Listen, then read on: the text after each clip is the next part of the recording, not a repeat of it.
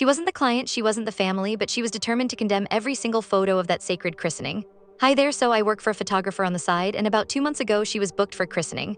My boss doesn't normally do these kinds of shoots. Her main focus is studio, nature, and pet photography.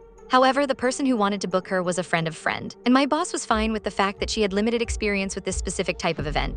The client was also told, not only by the photographer but also by the priest, that while photographing in the church was allowed, the lighting inside was very tricky and the photos taken there would most likely not be of the best quality.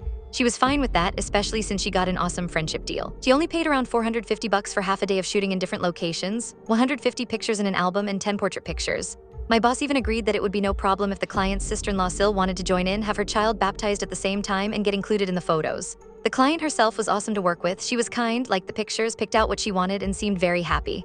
Then, suddenly 2 weeks ago, she totally changed her tune. She started to argue that there weren't enough good photos and not enough photos of her niece. After seeming unsure of what she really wanted, she finally told the photographer that her SIL was very unhappy with the photos and needed more of her family and her child.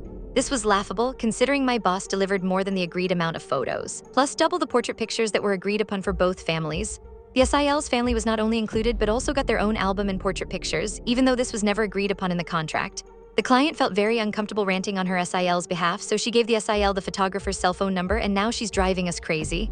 At least that's what the client told us. But I'm pretty sure she just didn't want to deal with the SIL anymore. So now the SIL, who never booked us, never paid a dime for it, and still got many great photos, wants us to start over again and change practically everything a week after the album was finished. She even wants us to do another shoot for free of her family because she's not satisfied and believes we need to do right by her. Currently, we're just leaving her on read because nobody on our team knows how to continue talking to her while staying friendly. But she's definitely not getting any more freebies. This story really makes you wonder, when the loudest critic isn't even the client, how do you professionally navigate those tricky boundaries and protect your creative vision?